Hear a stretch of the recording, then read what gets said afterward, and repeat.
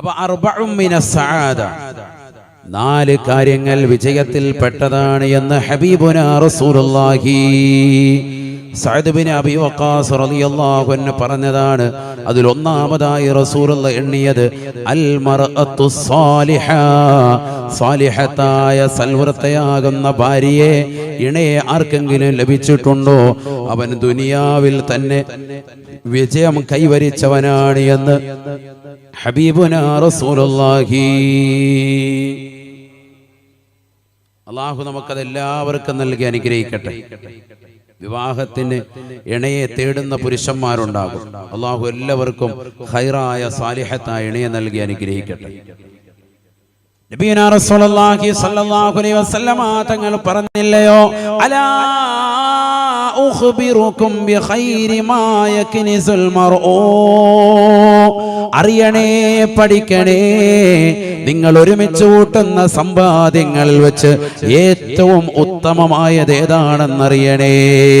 അലാദ്യങ്ങൾ വെച്ച് ഏറ്റവും ഉത്തമവും ഉദാത്തവുമായത് ഏതെന്നറിയുമോ? അൽ മർഅത്തു സാലിഹ, അത് സൽവൃത്തയാകുന്ന ഭാര്യയാണ് എന്ന് ഹബീബുനാ റസൂലുള്ളാഹി.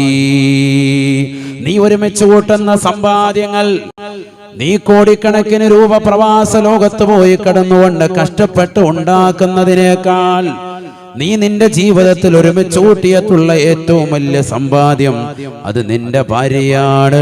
അവൾ സ്വാലിഹത്താണോ അതാണ് ഏറ്റവും വലിയ നിധി എന്ന് ഹബീബുനാ റസൂലുള്ളാഹി. രണ്ടാമതായി റസൂലുള്ളാഹി പറയുകയാണ്, ഒരു മനുഷ്യൻ വിജയിക്കുന്നത് 4 കാര്യങ്ങൾ കൊണ്ടാണ്.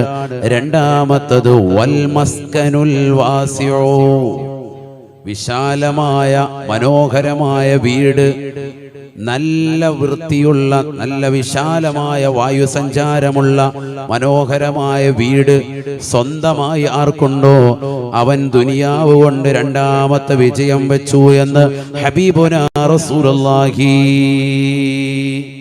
നല്ല ഒരു വീട്, വൽ മസ്കനുൽ വാസിഉ, വിശാലമായ വീട്. വിശാലമായ വീടെന്ന് പറഞ്ഞാൽ ഏക്കർ കണക്കിന് വേണമെന്നല്ല, മറിച്ച് നല്ല വായു സഞ്ചാരമുള്ളതാകുന്ന വീട്. ഓരോ റൂമും നല്ല വിശാലത, നല്ല റാഹത്ത്. നമുക്കൊക്കെ അൽഹംദുലില്ലാഹ് അല്ലാഹു അത് നൽകിയിട്ടുണ്ട്. അല്ലാഹു അത് നിലനിർത്തി നൽകി അനുഗ്രഹിക്കട്ടെ. സ്വന്തമായി വീടില്ലാത്തവരുണ്ടാകും ഈ മജ്ലിസിൽ. അല്ലാഹു സ്വന്തമായ വീട് നൽകി അനുഗ്രഹിക്കുമാറാവട്ടെ. ആമീൻ പറയീൻ. അല്ലാഹു നമ്മുടെ വീടുകളൊക്കെ ബറക്കത്തുള്ളതാക്കുമാറാവട്ടെ. മൂന്നാമത്തത് റസൂലുള്ളാഹി പറയുകയാണ്, വൽ ജാറുസ് സാലിഹു, നല്ല അയൽപക്കം ആർക്കെങ്കിലും ഉണ്ടെങ്കിൽ അവൻ വിജയിച്ചവനാണ് എന്ന് ഹബീബുനാ റസൂലുള്ളാഹി സല്ലല്ലാഹു അലൈഹി വസല്ലം. നല്ല അയൽപക്കം ആർക്കെങ്കിലും ഉണ്ടോ അവൻ രക്ഷപ്പെട്ടു. അതൊരു മെയിൻ ഘടകമാണ്. വീട്, നല്ല വീടുണ്ട്, വിശാലമായ നല്ല സൗകര്യമുള്ള വീടുണ്ട്, നല്ല സ്വാലിഹത്തായ ഭാര്യയുണ്ട്. പക്ഷെ അയൽപക്കത്ത് നോക്കിയാൽ പ്രശ്നമാണ്. അയൽപക്കത്ത് നിന്ന് എപ്പോഴും ചീത്തയും അനാവശ്യ സംസാരങ്ങളുമാണ്. എപ്പോഴും ഇവനോട് പകയും വിദ്വേഷവും വെറുപ്പും വെച്ചു പുലർത്തുന്ന അയൽക്കാരാണ് എങ്കിൽ ഇതൊന്നും കിട്ടിയിട്ട് യാതൊരു കാര്യമില്ല. അപ്പൊ അതുകൊണ്ടും വിജയിക്കണം നമ്മൾ. നല്ല അയൽപക്ക ബന്ധങ്ങൾ വേണം. അത് നിന്റെ സഹകരണം കൊണ്ടും നിന്റെ നിസ്സഹകരണം കൊണ്ടും രണ്ടുമുണ്ടാവാം. നീ നല്ല സഹകരണം അവരോട് വെച്ച് പുലർത്തിയാൽ, നിന്റെ സമീപനം നന്നായാൽ, നീ അവരുമായിട്ടുള്ള ബന്ധം മാന്യമാക്കിയാൽ അവർ നിന്നോട് നല്ല രീതിയിൽ സഹവസിക്കും. സയ്യിദുനാ റസൂലുള്ളാഹി സ്വല്ലല്ലാഹു അലൈഹി വസല്ലം തങ്ങൾ പറഞ്ഞിട്ടുണ്ടല്ലോ, ജിബ്രീൽ അലൈഹിസ്സലാം എന്നോട് അടിക്കടെ വന്നുകൊണ്ട് അയൽവക്കക്കാരെ കുറിച്ച് ഇങ്ങനെ വസിയത്ത് നൽകാൻ, അവരെ ശ്രദ്ധിക്കണേ, അവരുടെ കാര്യങ്ങൾ പ്രത്യേകം ഗൗനിക്കണേ എന്നിങ്ങനെ ഇടയ്ക്കിടയ്ക്ക് വന്നുകൊണ്ട് ഇടയ്ക്കിടയ്ക്ക് ഉപദേശിച്ചു. ആ ഉപദേശം ഇങ്ങനെ കൂടിക്കഴിഞ്ഞപ്പോൾ ഞാൻ വല്ലാതെ ഭയന്നുപോയി. ഇനി അവര് അനന്തരം എടുത്തു പോകുമോ എന്ന് ഞാൻ ചിന്തിച്ചു പോയി എന്ന് സയ്യിദുനാ റസൂലുള്ളാഹി സ്വല്ലല്ലാഹു അലൈഹി വസല്ലം. എന്റെ സ്വത്തിന് വിഹിതം കൊടുക്കേണ്ടി വരുമോ? ഞാൻ വഫാത്തായാൽ എന്റെ സമ്പത്തിന് എന്റെ അയൽപക്കക്കാര് കുടുംബക്കാരെ പോലെ തന്നെ അവരും സമ്പത്ത് അർഹതപ്പെട്ടവരാകുമോ, അനന്തരാവകാശം അവർക്കും നൽകേണ്ടി വരുമോ എന്ന് വരെ ഞാൻ ചിന്തിച്ചു പോയി. അത്രമാത്രം ഇടയ്ക്കിടയ്ക്ക് വന്നുകൊണ്ട് ജിബ്രീൽ അലൈഹിസ്സലാം വന്നുകൊണ്ട് ആ കാര്യം ഉണർത്തിയിരുന്നു സയ്യിദുനാ റസൂലുള്ളാഹി. പറയാറുണ്ടോ പ്രിയപ്പെട്ട മുഅ്മിനേ, നീ എത്ര പ്രാവശ്യം വീട്ടിനുള്ളിലേക്ക് പ്രവേശിച്ചവനാണ്? 10 വർഷമായി 20 വർഷമായി വീട് നീ വെച്ചതിന് ശേഷം എത്രയോ പ്രാവശ്യമായി വീട്ടിനുള്ളിലേക്ക് കടക്കുന്നു. എന്നിട്ട് നീ ആ വീട്ടിനുള്ളിലേക്ക് കടന്ന് ഒരു പ്രാവശ്യമെങ്കിലും ഈ ദുആ നീ ചെയ്തിട്ടുണ്ടോ? ഹബീബായ നബി സല്ലല്ലാഹു അലൈഹി വസല്ലമ തങ്ങൾ പറയുകയാണ്, ഇദാ ദഖലർ റജുലു ഫീ ബൈതിഹി, ഒരു അടിമ, ഒരു മനുഷ്യൻ മുഅ്മിനാൻ അവന്റെ വീട്ടിനുള്ളിലേക്ക് പ്രവേശിക്കുമ്പോ അവന് പറയുകയാണ്, ബിസ്മില്ലാഹ്, അല്ലാഹുവിന്റെ നാമം കൊണ്ട് ഞാനിതാ ഈ വീട്ടിനുള്ളിലേക്ക് പ്രവേശിക്കുന്നു എന്ന് പറഞ്ഞാൽ, ബിസ്മില്ലാഹി വലജിനാ വബിസ്മില്ലാഹി പറ്റൂല. കാരണം വീട്ടുകാരൻ ബിസ്മി ചൊല്ലിക്കൊണ്ട് പ്രവേശിച്ചിരിക്കുകയാണ്. ഈ ലോകത്തിന്റെ തമ്പുരാനായ ജഗന്നിയന്താവായ പരിപാലകനായ സർവേശ്വരനായ സർവാധിപതിയായ അല്ലാഹുവിന്റെ നാമം ഉച്ചരിച്ചുകൊണ്ടാണ് ഈ മനുഷ്യൻ വീട്ടിനുള്ളിലേക്ക് കടന്നിരിക്കുന്നത്. അതുകൊണ്ട് ലാമബീതലക്കും, നിങ്ങൾക്ക് ഇന്നത്തെ ദിവസം ഇവിടെ രാപാർക്കാൻ സാധിക്കുകയില്ല. അവനെങ്ങാനും ഭക്ഷണം കഴിക്കുന്ന സമയത്ത് അവന് പറഞ്ഞാൽ ബിസ്മില്ലാഹ്, അല്ലാഹുവിന്റെ നാമം കൊണ്ടാണ് ഞാൻ ഈ ഭക്ഷണം കഴിക്കുന്നത്, ഞാൻ ഈ പാനീയം കുടിക്കുന്നത് എന്ന് വീട്ടിനുള്ളിലേക്ക് കടന്നുകൊണ്ട് ഭക്ഷണം കഴിക്കുന്ന മുഅ്മിനേ, കഴിക്കുന്നതാകുന്ന പ്രിയപ്പെട്ട മുസ്ലിമത്തെ, പാനീയങ്ങൾ കുടിക്കുന്ന സഹോദരാ സഹോദരി, നീ പറഞ്ഞു കഴിഞ്ഞാൽ പിശാച് പറയും അത്രേ തന്റെ കൂട്ടാളികളോട്, ഇന്നത്തെ ദിവസം നിങ്ങൾക്ക് രാപാർക്കലുമില്ല, ഇന്നത്തെ ഭക്ഷണവും ഇവിടെയില്ല. കാരണം ബിസ്മില്ലാതെ ഒരു വ്യക്തി പ്രവേശിച്ചാൽ ആ വീട്ടിനുള്ളിൽ കുടിയിരിക്കുന്നത് പിശാചാണ്. ബിസ്മി ചൊല്ലാതെ ആരെങ്കിലും ഭക്ഷണം കഴിച്ചാൽ, പാനീയങ്ങൾ കുടിച്ചാൽ, അവനോടൊപ്പം കഴിച്ചുകൊണ്ട് അവനോടൊപ്പം സായൂജ്യമണിഞ്ഞുകൊണ്ട് നിലകൊള്ളുന്നതും പിശാചാണ്, പിശാചാണ്. നമ്മുടെ ഉള്ളിലേക്കും നമ്മുടെ വീട്ടിനുള്ളിലേക്കും പിശാച് കടക്കാനിരിക്കാനുള്ള മാർഗം അത് ഭക്ഷണം കഴിക്കുമ്പോഴും പാനീയങ്ങൾ കുടിക്കുമ്പോഴാകട്ടെ. നിന്റെ എല്ലാ ചലനങ്ങളിലും എല്ലാ നിശ്ചലനങ്ങളിലും അല്ലാഹുവിനെ സ്മരിക്കലാണ്, അവന്റെ നാമം സ്മരിക്കലാണ്. ബിസ്മില്ലാഹ്, അല്ലാഹുവിന്റെ നാമം കൊണ്ട് ഞാൻ ആരംഭിക്കുന്നു. നീ പഠിക്കാനിരിക്കുമ്പോൾ, നിന്റെ മകള് പഠിക്കാൻ വേണ്ടി ഇരിക്കുമ്പോൾ, അവൾ മദ്രസയിലെ പഠനമാകട്ടെ, നാളെ ഇതാ സ്കൂളുകളെ തുറക്കുകയാണ്, പരിശുദ്ധമാക്കപ്പെട്ട മദ്രസയുടെ കലാലയങ്ങളെ തുറക്കുകയാണ്. ആ കലാലയങ്ങളിലേക്ക് മക്കൾ പോകുമ്പോ ബിസ്മി ചൊല്ലിക്കൊണ്ട് പുറത്തേക്ക് പോകട്ടെ, ബിസ്മി ചൊല്ലിക്കൊണ്ട് അകത്തേക്ക് വരട്ടെ. വീട്ടിൽ ബറക്കത്താണ്, മക്കള് പോകുന്നിടത്തും ബറക്കത്താണ്. എന്റെ മകൾക്ക് പൈശാചിക ബാധയുണ്ട് ഉസ്താദേ, എന്റെ മകനിതാ വർഷങ്ങളായി ഏർവാടി മഖാമിൽ പോയി കിടക്കുകയാണ്. എത്ര നാളായി, എത്ര വർഷങ്ങളായി, എത്രയെത്ര ആളുകളെ കാണിച്ചിരിക്കുന്നു, എത്രയെത്ര നേർച്ചകൾ നേർന്നിരിക്കുന്നു, ഇതുവരെ ശമനമില്ല എന്ന് പറയുന്ന മുസ്ലിമേ, മുസ്ലിമത്തെ, നിന്റെ ജീവിതത്തിൽ മാറ്റം അനിവാര്യമാ. ഇത് കേവലം മദ്രസയിൽ പഠിച്ചതുകൊണ്ട് മാത്രമായില്ല, ഇത് കേവലം മദ്രസയിൽ മാത്രം പഠിച്ചതുകൊണ്ടോ അല്ലെങ്കിൽ സ്കൂൾ തലങ്ങളിൽ പോയി പഠിച്ചതുകൊണ്ടോ മാത്രമായില്ല, നിന്റെ ജീവിതത്തിലേക്ക് കൊണ്ടുവരൽ അനിവാര്യമാണ്. ഹബീബായ നബി തങ്ങൾ പഠിപ്പിക്കുകയാ, അല്ലാഹുവിനെ ദിക്ർ ചൊല്ലിക്കൊണ്ടൊരു വ്യക്തി നിലകൊണ്ടാൽ അത് വീട്ടിലേക്ക് കടക്കുമ്പോഴാകട്ടെ, വീട്ടിൽ എന്ത് കാര്യങ്ങൾ പെരുമാറുമ്പോഴാകട്ടെ, പിശാചിന്റെ സാന്നിധ്യം അവരിൽ ഉണ്ടാവുകയില്ല എന്ന് ഹബീബായ റസൂലുള്ളാഹി സ്വല്ലല്ലാഹു അലൈഹി വസല്ലം. അപ്പൊ അയൽവക്ക ബന്ധം, നല്ല ബന്ധമുള്ള അയൽവക്കങ്ങളെ കിട്ടുക അതൊരു ഭാഗ്യമാണ്. അള്ളാഹു അതും നമുക്ക് നൽകി അനുഗ്രഹിക്കട്ടെ. അങ്ങനെ നല്ല അയൽവക്കാണെന്ന് പറയാൻ സാധിക്കുന്നവരുണ്ടോ? ഉണ്ടോ? കൈവക്കിയില്ലെങ്കിൽ ഇപ്പൊ തന്നെ അടി വീഴും. കാരണം എല്ലാവരും ഇതാണ്, എല്ലാ അയൽവക്കത്തുള്ളവരായിരിക്കുന്നത്. അള്ളാഹു എല്ലാവരുടെ അയൽവക്കങ്ങൾ നല്ല ശക്തിപ്പെടുത്തട്ടെ, സന്തോഷവും റാഹത്തും അള്ളാഹു നൽകട്ടെ. അയൽവക്കം നന്നായില്ലേ വലിയ വിഷയമാണ്. 4 ഇവിടെ ശ്രദ്ധിക്കണേ, വൽ മർകബുൽ ഹനീഉ. 4-മതായി റസൂലുള്ള പറയുകയാണ്, ഒരു മനുഷ്യന്റെ വിജയം കൈക്കൊള്ളുന്നത് നല്ല സാലിഹത്തായ ഇണയോടൊപ്പം നല്ല അയൽവക്കത്തോടൊപ്പം അവന് കിട്ടേണ്ടുന്ന മറ്റൊന്നാണ് വൽ മർകബുൽ ഹനീഉ. വീടും കിട്ടിക്കഴിഞ്ഞാൽ പിന്നീട് വേണ്ടുന്നത് നല്ല സ്വന്തമായിട്ടുള്ള വാഹനമാണ്. അവനവന്റെ കാര്യങ്ങൾക്ക് ഉപയോഗിക്കാൻ പറ്റുന്ന നിലക്കുള്ള വാഹനം അത് അനിവാര്യമാണ്. വൽ മർകബുൽ ഹനീഉ, നല്ല വാഹനം. അത് ഓരോരുത്തർക്കും അവരവരുടെയൊക്കെ ചേർത്തിട്ടായിരിക്കാം. നല്ല ദീർഘദൂര യാത്ര ചെയ്യുന്ന ആളുണ്ടാകും, അയാൾക്ക് അയാളുടെ സൗകര്യത്തിനനുസരിച്ചുള്ള വാഹനം വേണം. ചെറിയ യാത്രയേ ഉള്ളൂ, അങ്ങനെ വേറെ പണിയൊന്നുമില്ല, അയാൾക്ക് ചെറിയൊരു സ്കൂട്ടർ മതി, അയാളുടെ കാര്യം നടന്നാൽ മതി. ഓരോരുത്തരുടെയും സൗകര്യം അനുസരിച്ചിട്ടുള്ള നല്ല വാഹനം അത് കിട്ടുക ദുനിയാവിന്റെ വിജയത്തിൽപ്പെട്ടതാണ്. ഇതൊക്കെ വിജയത്തിന്റെ ലക്ഷണമാണ്. സയ്യിദുനാ റസൂലുള്ളാഹി സ്വല്ലല്ലാഹു അലൈഹി വസല്ലം ഈ 4 ഉണ്ട് എന്ന് ഉറപ്പിക്കുന്ന ആരെങ്കിലും മജ്‌ലിസിലുണ്ടെങ്കിൽ ഒന്ന് കൈ ഉയർത്തിക്കുക. ഈ 4 ഉള്ളവർ മതിയേ. എനിക്ക് നല്ല വീടുണ്ട്, എനിക്ക് സാലിഹത്തായ ഇണയാണ് ലഭിച്ചത്, എനിക്ക് അതോടൊപ്പം തന്നെ ഖൈറായ വാഹനമാണ് അല്ലാഹു നൽകിയത്, നല്ല അയൽപക്കവുമാണ് എനിക്ക് അല്ലാഹു നൽകിയത് എന്ന് പറയാൻ സാധിക്കുന്നവരാരാ ഈ മജ്‌ലിസിലുള്ളത്? ഒന്ന് കൈ ഉയർത്തിക്കുക. ആരാ ഉള്ളത്? മാഷാ അല്ലാഹ്. 2, 3, 4, 5, 6, 7. ചിലരൊക്കെ ഇങ്ങനെ പൊക്കണോ വേണ്ടയോ എന്നുള്ള നിലയ്ക്കാണ്. 6, 8, 9 അജിയരുണ്ട്.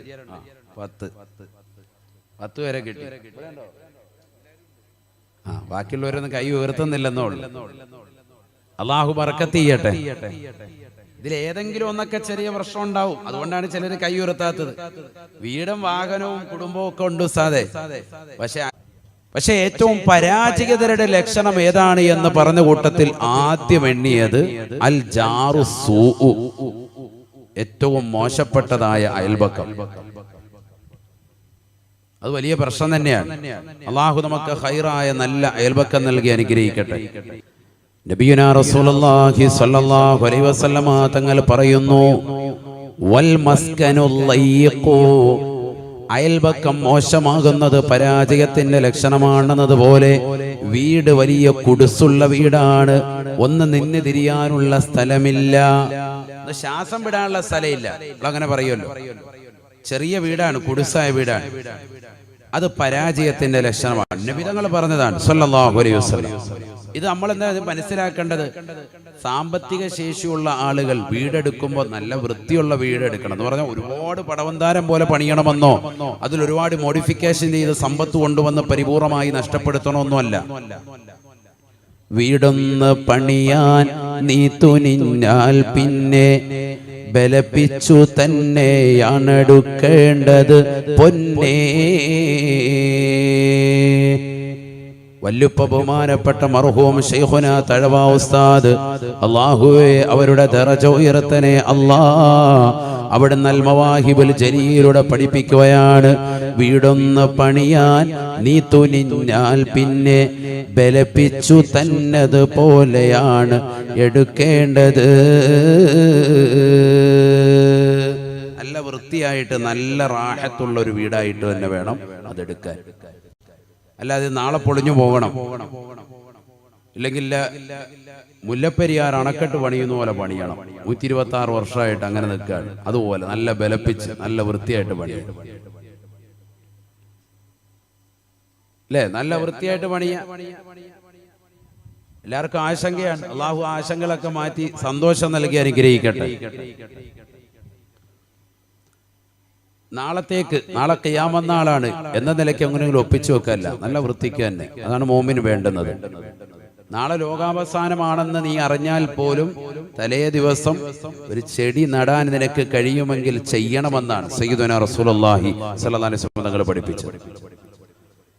എന്ന് പറഞ്ഞാൽ അമൽ ചെയ്യാതിരിക്കണ്ട, എല്ലാം കഴിഞ്ഞു, ഇനിയിപ്പോ നാളെ ലോകാവസാനമാണ്, ഇനി ഒന്നും വേണ്ട എന്ന് പറഞ്ഞ് മദ്രസ പണിയാതിരിക്കുകയോ പള്ളി പണിയാതിരിക്കുകയോ ദീനി കലാലയങ്ങൾക്ക് വേണ്ടി പണിപ്പെടാതിരിക്കുകയോ ആത്മീയപരമായ ഭൗതികപരമായ ഒരു കാര്യങ്ങൾക്ക് മുന്നിടാതെ പിന്നോട്ട് വലിയുകയൊന്നും അല്ല ചെയ്യേണ്ടത്. മനുഷ്യ, നീ ഇറങ്ങിത്തിരിക്കൻ, ഖൈറിന്റെ വാതിലുകൾ നിന്റെ മുന്നിൽ തുറന്നു തരും അല്ലാഹു. നിയത്ത് നല്ലതെങ്കിലെന്തും ചെയ്യടോ, തൗഫീഖ് പിന്നിൽ നിന്ന് തള്ളി തരുമടോ. നല്ല നിയ്യത്ത് വെച്ചുകൊണ്ട് മുന്നോട്ട് ഇറങ്ങിക്കോ, ഉറപ്പായിട്ടും അതിൽ ഖൈറുണ്ടാവും. അള്ളാഹു നമുക്ക് ഖൈറിന്റെ കവാടങ്ങൾ തുറന്നു നൽകി അനുഗ്രഹിക്കട്ടെ. നബി സല്ലല്ലാഹു അലൈഹി വസല്ലമ തങ്ങൾ പറയുന്നു, പരാജയത്തിന്റെ മൂന്നാമത്തെ ലക്ഷണം വൽ മർകബു സൂഉ. വാഹനമുണ്ട്, പക്ഷേ എപ്പോഴും അവന് പ്രശ്നം തന്നെയാണ്. എപ്പോഴും യാത്രയ്ക്ക് ഇടയ്ക്ക് വെച്ചുകൊണ്ട് പ്രശ്നം, ഒന്നിലെ അല്ലെങ്കിൽ എപ്പോഴും സ്റ്റാർട്ടാകുന്നില്ല, സ്റ്റാർട്ടിങ് ട്രബിൾ, അങ്ങനെ എന്തെങ്കിലുമൊക്കെ ഒരു വിഷയത്തിലായിട്ട് അവൻ ആ വാഹനം അവനെ കൊണ്ട് ഇടങ്ങേറാക്കുകയാണ്. എങ്കിൽ ആ വാഹനമൊക്കെ അങ്ങ് ഒഴിവാക്കിയേക്കാം. എപ്പോഴും ബുദ്ധിമുട്ടും പ്രശ്നമാണ് എങ്കിൽ അത് പരാജയത്തിന്റെ ലക്ഷണമാണ്. അവൻ ഉള്ളതാകുന്ന വാഹനമുണ്ട്, പക്ഷെ ആ വാഹനം കൊണ്ട് അവൻ അങ്ങ് ഇടങ്ങേറാകുകയാണ്. മൈലേജ് ഇത്ര കിട്ടുമെന്ന് പറഞ്ഞിട്ട് വാഹനം വാങ്ങിയതാണ്, പക്ഷെ ആ വേണ്ട രീതിക്കുള്ള മൈലേജ് ബാക്കിയുള്ള വണ്ടിക്കെല്ലാം ഇതേ രീതി, ഈ ഒരു വണ്ടി തന്നെ നല്ല മൈലേജ് ഉണ്ടെങ്കിലും ഇവന്റെ വാഹനത്തിന് ആ പറയുന്നത് കിട്ടുന്നില്ല. വളരെ പ്രയാസത്തിലും ബുദ്ധിമുട്ടിലാണ് പോകുന്നത് എങ്കിൽ വൽ മർകബു സൂ ആണത്, ബുദ്ധിമുട്ടാക്കുന്ന മോശപ്പെട്ട ഒരു വാഹനമാണത് എന്ന് മനസ്സിലാക്കാം. അത് പരാജയത്തിന്റെ ലക്ഷണമാണ്. സയ്യിദുനാ റസൂലുള്ളാഹി സ്വല്ലല്ലാഹു അലൈഹി വസല്ലം. അപ്പൊ വീട് കുടിസാവുക, അയൽവാസികൾ മോശമാകുക, വാഹനവും മോശമാകുക. വൽ മർഅതു സൂഉ. റസൂലുള്ളാഹി പറഞ്ഞു, അവന് ഇണയായി കിട്ടിയതാകുന്ന ഭാര്യയുടെ സ്വഭാവം ദുസ്വഭാവമാണ് എങ്കിൽ അവൻ ഏറ്റവും വലിയ പരാജയമാണ് സംഭവിച്ചിരിക്കുന്നത് എന്ന് ഹബീബുനാ റസൂലുള്ളാഹി.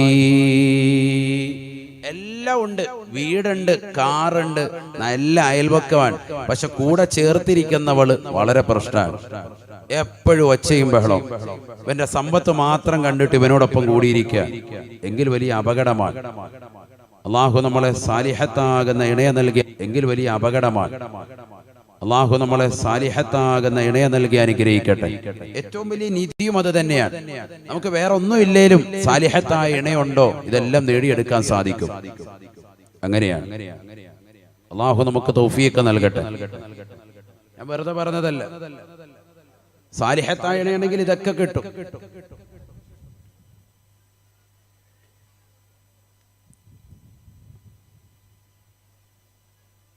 അപ്പൊ പരാജയത്തിന്റെ ലക്ഷണവും വിജയത്തിന്റെ ലക്ഷണങ്ങളും അടയാളങ്ങളും പരിശുദ്ധ റസൂൽ സല്ലല്ലാഹു അലൈഹി വസല്ലം തങ്ങൾ അടയാളപ്പെടുത്തി. ഇതിൽ ഞാൻ നിങ്ങളോട് ഇന്ന് സംവാദിക്കുന്നത് വൽ മസ്കനുൽ വാസിഉ, വിശാലമായ നല്ല വാസസ്ഥലം, നല്ല ഭവനം, നല്ല വീട്. അള്ളാഹു അത് നമുക്ക് എല്ലാവർക്കും നൽകി അനുഗ്രഹിക്കട്ടെ. വീട് മോശമായാൽ എല്ലാം പോയി. ഈ വീട്ടിലാണ് നമ്മളൊക്കെ, നമ്മുടെ അഭയ കേന്ദ്രമാണ് വീട്. അതുകൊണ്ടാണല്ലോ, നിങ്ങൾ ശ്രദ്ധിച്ചോ എന്നറിയില്ല, വീട്ടിലേക്ക് കയറുമ്പോൾ ഏത് കാലാണ് എടുത്തു വെക്കേണ്ടത് എന്ന് പറഞ്ഞ ഒരാൾ പറയും, കുട്ടികള് വലത്തെ കാലാണ്. വീട്ടിൽ നിന്ന് ഇറങ്ങുമ്പോ ഏത് കാലാണ്? ഇടത്തെ കാലാണ്. പള്ളിയിലേക്ക് കയറുമ്പോ ഏത് കാലാണ്? വലത്തെ കാല്. പള്ളിയിൽ നിന്ന് ഇറങ്ങുമ്പോഴോ ഇടത്തെ കാല്. അപ്പൊ ഹജ്ജിനെ കാണാൻ പോവാണെങ്കിലോ, അപ്പൊ നമ്മള് വീട്ടിൽ നിന്ന് ഹജ്ജിന് പോവാണ്, എന്നാ ഏത് കാലം? വലത്തേക്കാലോ? ആ, അതാ ഞാൻ പറഞ്ഞത്. ഇപ്പൊ എങ്ങനെയുണ്ട്, കുടുങ്ങിയില്ലേ? അത് കുടുങ്ങാൻ വേണ്ടിയാണ് ഇങ്ങനെ ചോദിച്ചത്. ഹജ്ജിന് പോവാണെങ്കിലും ഇടത്തേക്കാലാണ്. ചിലർക്ക് അവിടെ ഇങ്ങനെ ഒരു വലിയ തറദ്ദുണ്ട്, വലത്തേക്കാല് വെക്കണോ ഇടത്തേക്കാല് വെക്കണോ. അവസാനം സംശയിച്ച് ഇന്ന് രണ്ട് കാലും പിടിച്ച് ഒരൊറ്റ ചാട്ടം. അതാകുമ്പോ ആർക്കും കുഴപ്പമില്ലല്ലോ. അങ്ങനെയല്ല വേണ്ട, ഏത് കാലം വെക്കേണ്ടത്? ഇടത്തേക്കാല് തന്നെയാണ്. വീട്ടിൽ നിന്ന് എപ്പോ ഇറങ്ങിയാലും ഇടത് കാല് പഠിച്ചു വെക്കണം. എന്തുകൊണ്ട്? വീട് അഭയകേന്ദ്രമാണ്. അല്ലാഹു ഉസ്താദേ, ഹജ്ജും ഉംറയും മോശമായതുകൊണ്ടാണോ? ഒന്നുമല്ല. ഹജ്ജിന് പോയാലും ഉംറയ്ക്ക് പോയാലും മുഅ്മിനായ മനുഷ്യന്റെ എല്ലാ കർമ്മങ്ങളും എന്താണ്? നല്ലതായിരുന്നു. അവൻ മോശമായ ഒരു കാര്യത്തിന് പോകൂല. അവൻ കച്ചവടത്തിന് പോയിരുന്നാലും പള്ളിയിലേക്ക് പോയിരുന്നാലും മദ്രസയ്ക്ക് മക്കളെ പറഞ്ഞു വിടുമ്പോഴും സ്കൂളിലേക്ക് വിടുമ്പോഴും ഒക്കെ ഒരു മുഅ്മിനീങ്ങളാണ്. പോകുന്നത് നല്ല കാര്യത്തിന് പോകും, അല്ലാതെ ഒരു മോശമായ കാര്യത്തിന് മുഅ്മിൻ പോകാറില്ല. അതുകൊണ്ട് എവിടെ പോയിരുന്നാലും ഇടത് കാല് വെച്ചുകൊണ്ട് പുറത്തേക്ക് പോവുക, വീട്ടിലേക്ക് കയറുമ്പോ വലത് കാല്. കാരണം വീട് അഭയകേന്ദ്രമാണ്. നിന്നിലേക്ക് പരമേൽപ്പിച്ചുകൊണ്ട് ഞാനിതാ പ്രവേശിച്ചിരിക്കുന്നു അല്ലാ, ഇത് മുഅ്മിനിന്റെ നാവിലുണ്ടാവണേ എന്ന് ഹബീബുനാ ശഫീഉനാ റസൂലുള്ളാഹി പറയാറുണ്ടോ? പ്രിയപ്പെട്ട മുഅ്മിനേ, നീ എത്ര പ്രാവശ്യം വീട്ടിനുള്ളിലേക്ക് പ്രവേശിച്ചവനാണ്? 10 വർഷമായി 20 വർഷമായി വീട് നീ വെച്ചതിന് ശേഷം എത്രയോ പ്രാവശ്യമായി വീട്ടിനുള്ളിലേക്ക് കടക്കുന്നു. എന്നിട്ട് നീ ആ വീട്ടിനുള്ളിലേക്ക് കടന്ന് ഒരു പ്രാവശ്യമെങ്കിലും ഈ ദുആ നീ ചെയ്തിട്ടുണ്ടോ? ഹബീബായ നബി സല്ലല്ലാഹു അലൈഹി വസല്ലമ തങ്ങൾ പറയുകയാണ്, ഇദാ ദഖലർ റജുലു ഫീ ബൈതിഹി, ഒരു അടിമ, ഒരു മനുഷ്യൻ മുഅ്മിനാൻ അവന്റെ വീട്ടിനുള്ളിലേക്ക് പ്രവേശിക്കുമ്പോ അവന് പറയുകയാണ്, ബിസ്മില്ലാഹ്, അല്ലാഹുവിന്റെ നാമം കൊണ്ട് ഞാനിതാ ഈ വീട്ടിനുള്ളിലേക്ക് പ്രവേശിക്കുന്നു എന്ന് പറഞ്ഞാൽ, ബിസ്മില്ലാഹി വലജിനാ വബിസ്മില്ലാഹി പറ്റൂല. കാരണം വീട്ടുകാരൻ ബിസ്മി ചൊല്ലിക്കൊണ്ട് പ്രവേശിച്ചിരിക്കുകയാണ്. ഈ ലോകത്തിന്റെ തമ്പുരാനായ ജഗന്നിയന്താവായ പരിപാലകനായ സർവേശ്വരനായ സർവാധിപതിയായ അല്ലാഹുവിന്റെ നാമം ഉച്ചരിച്ചുകൊണ്ടാണ് ഈ മനുഷ്യൻ വീട്ടിനുള്ളിലേക്ക് കടന്നിരിക്കുന്നത്. അതുകൊണ്ട് ലാമബീതലക്കും, നിങ്ങൾക്ക് ഇന്നത്തെ ദിവസം ഇവിടെ രാപാർക്കാൻ സാധിക്കുകയില്ല. അവനെങ്ങാനും ഭക്ഷണം കഴിക്കുന്ന സമയത്ത് അവന് പറഞ്ഞാൽ ബിസ്മില്ലാഹ്, അല്ലാഹുവിന്റെ നാമം കൊണ്ടാണ് ഞാൻ ഈ ഭക്ഷണം കഴിക്കുന്നത്, ഞാൻ ഈ പാനീയം കുടിക്കുന്നത് എന്ന് വീട്ടിനുള്ളിലേക്ക് കടന്നുകൊണ്ട് ഭക്ഷണം കഴിക്കുന്ന മുഅ്മിനെ, കഴിക്കുന്നതാകുന്ന പ്രിയപ്പെട്ട മുസ്ലിമത്തെ, പാനീയങ്ങൾ കുടിക്കുന്ന സഹോദരാ സഹോദരി, നീ പറഞ്ഞു കഴിഞ്ഞാൽ പിശാച് പറയും അത്രേ തന്റെ കൂട്ടാളികളോട്,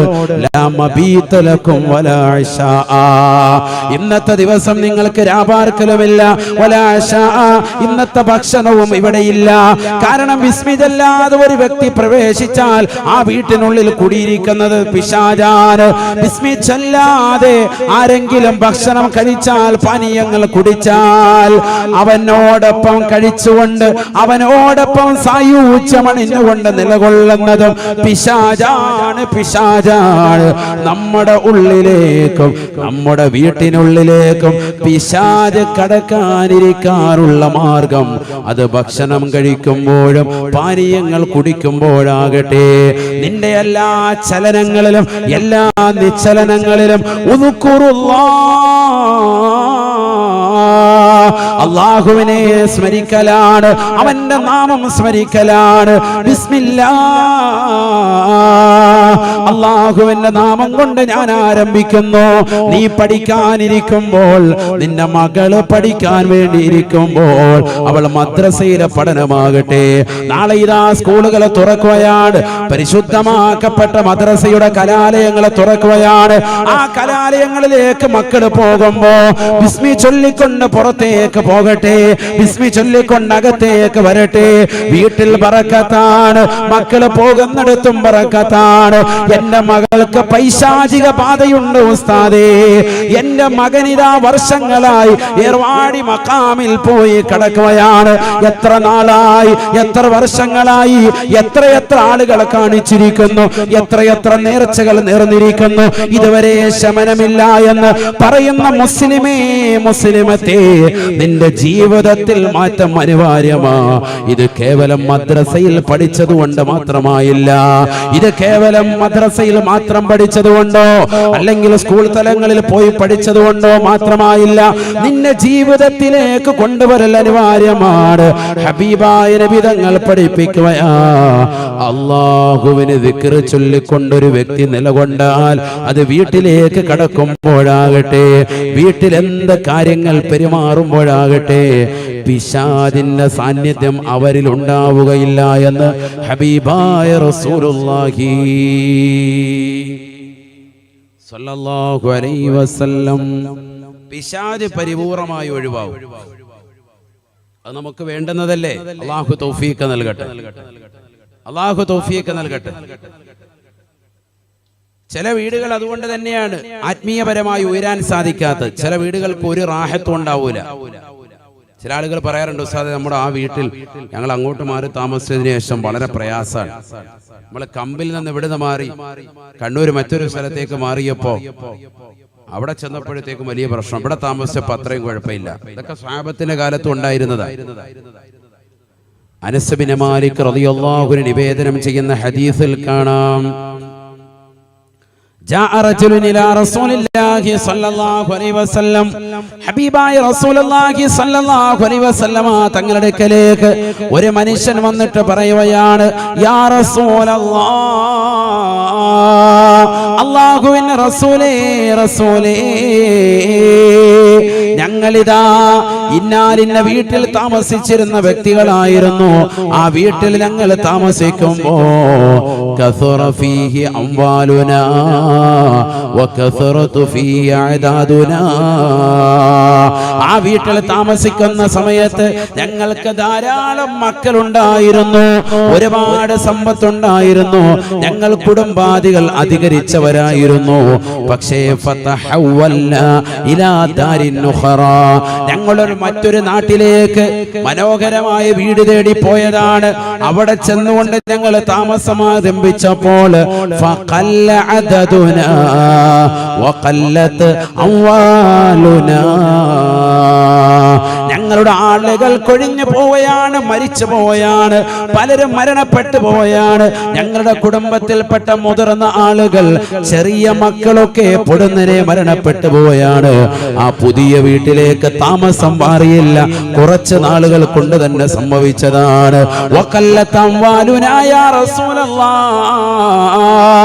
ഞങ്ങളുടെ സമ്പത്തും കുറയാ തുടങ്ങി റസൂലേ, ഞങ്ങളുടെ സമ്പത്ത് നല്ലതുപോലെ കുറയാ തുടങ്ങിയെന്ന് അല്ലാഹുവിന്റെ റസൂലിനോട് പരാതിപ്പെട്ടപ്പോൾ ഹബീബായ നബി തങ്ങൾ പറഞ്ഞു അത്രേ,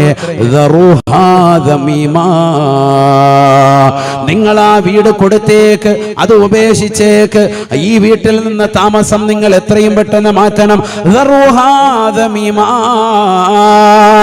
വീട് വെക്കാൻ ലക്ഷ്യം വെക്കുന്ന മുഅ്മിനെ, വീട് വെക്കാൻ വേണ്ടി കരുതുന്ന സഹോദരി, ആ വീടിന്റെ സ്ഥലം അനുയോജ്യമായിരിക്കണേ, അവിടെയുള്ള മുഅ്മിനീങ്ങൾ ഈമാൻ പുൽകുന്നവരായിരിക്കണേ.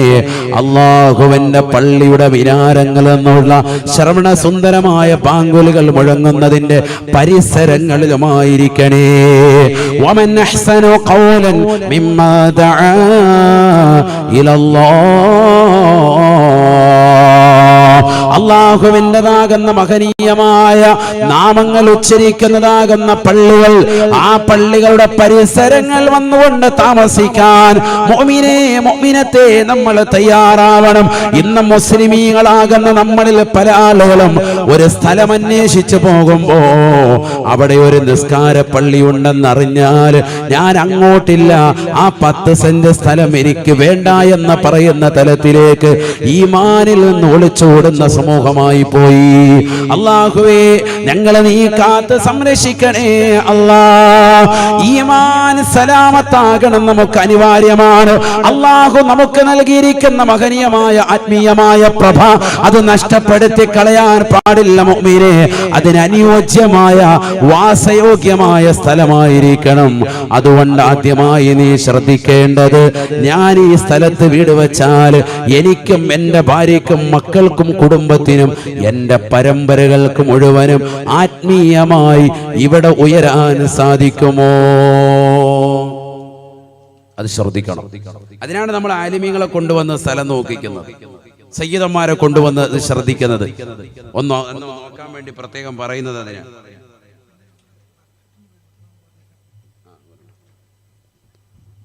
അള്ളാഹു നമ്മളെ സ്വീകരിക്കട്ടെ. ആ ബക്കറ്റ് ഒന്ന് വേഗം ഒന്ന് ഓടിച്ചു, വേഗാട്ടെ.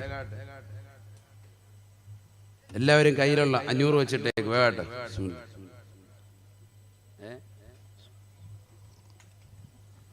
അള്ളാഹു ബർക്കത്ത് ചെയ്യട്ടെ. ആമീൻ പറയണ്ട, അതിന് പറഞ്ഞപ്പോ ആർക്കും ആമീനില്ല. അള്ളാഹു ബർക്കത്ത് ചെയ്യട്ടെ. എന്ത് പറ്റി? പുറകോട്ട് വന്നല്ലോ നിങ്ങളെല്ലാവരും ആമീൻ പറയുന്ന വിഷയത്തിൽ. കൊറോണയാണ് നിങ്ങളെ പുറകെ വലിച്ചിട്ടുണ്ട്. 2 കൊല്ലത്തേക്ക് പിന്നിലേക്ക് പോയേക്കാണ്. ഇങ്ങോട്ട് കൊണ്ടുവരണം. ഇപ്പൊ 1 മാസം ചാർജായി, ഇനി ബാക്കിയുള്ള മാസങ്ങൾ കിടക്കാണ്. 23 മാസത്തെ അത് പറയണ ഇനി, എന്നാലേ ചാർജ് ആവുള്ളൂ. എല്ലാവരും ഇൻഷാ അല്ലാഹ് കഴിയുന്ന ഒരു തുക അവരവരെ കൊണ്ട് കഴിയുന്ന ഇൻഷാ അല്ലാഹ് എല്ലാവരും ബക്കത്തിൽ. അള്ളാഹു ബർക്കത്ത് ചെയ്യട്ടെ. അള്ളാഹു നമ്മളെ സ്വീകരിക്കട്ടെ, കബൂലാക്കട്ടെ. അള്ളാഹുവേ ഞങ്ങളെ നീ സാലിഹീങ്ങളിൽ ചേർക്കണേ അല്ലാ, ആബിദീങ്ങളിൽ ചേർക്കണേ അല്ലാ. അപകടങ്ങളെ തൊട്ട്, ദുരിതങ്ങളെ തൊട്ട്, വിപത്തുകളെ തൊട്ട്, കാലവിപത്തുകളെ തൊട്ട് ഞങ്ങളേവരെയും നീ കാവലിലാക്കണേ അല്ലാ. നൽകിയിട്ടുള്ള സർവ്വ നിഅമത്തുകളും നീ നിലനിർത്തണേ അല്ലാ. അള്ളാഹു നമ്മളെ സ്വീകരിക്കട്ടെ.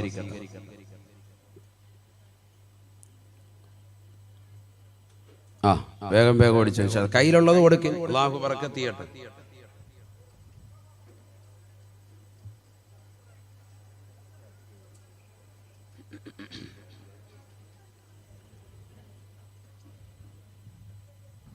വീട് സ്വന്തമായിട്ടുള്ളവര് ഒന്ന് കൈയുയർത്തിക്കുക. സ്വന്തമായിട്ട് വീടുള്ളവര് ഒന്ന് കൈയുയർത്തിക്കുക. വേഗാട്ടെ. മാഷാ അല്ലാഹ്. പ്രാർത്ഥിക്കും അള്ളാഹു അത് ബറക്കത്തുള്ളതാക്കട്ടെ. ആമീൻ പറയിൻ. അള്ളാഹു ബറക്കത്തുള്ളതാക്കട്ടെ.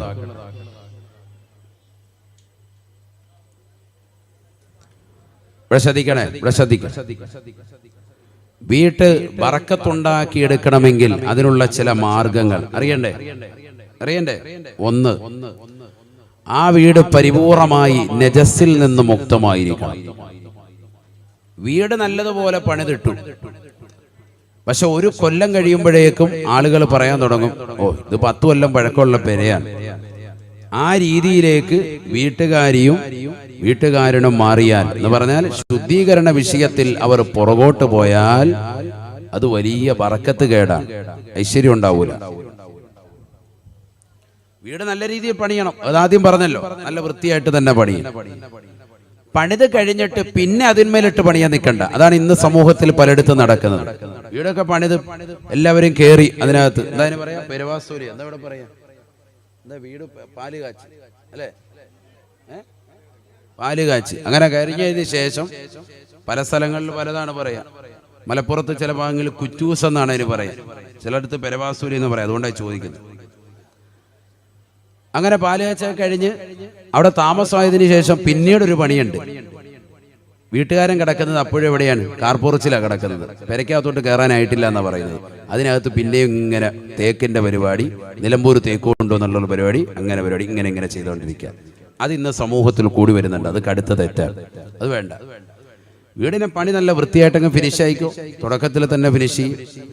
അവനവന്റെ സാമ്പത്തിക സ്രോതസ് മുഴുവനും അതിൽ പരിപൂർണമായി നശിപ്പിക്കാതെ വൃത്തിയായിട്ട്.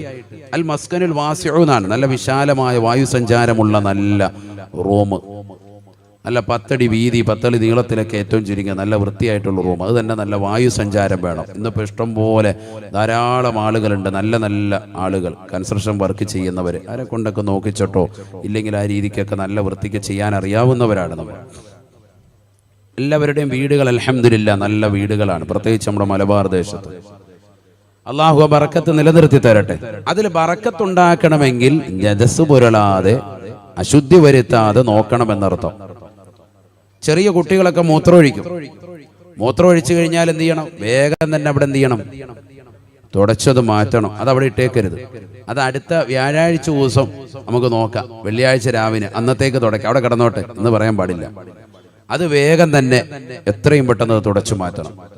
ഒരു ഉണങ്ങിയ തുണി കൊണ്ടുവന്ന് ആമായി തുടച്ച് നീക്കിയതിന് ശേഷം വേണം വെള്ളം ഒഴിച്ചിട്ട് കഴുകുകയോ മറ്റെന്തെങ്കിലും ഇവിടെ ചെയ്യാൻ.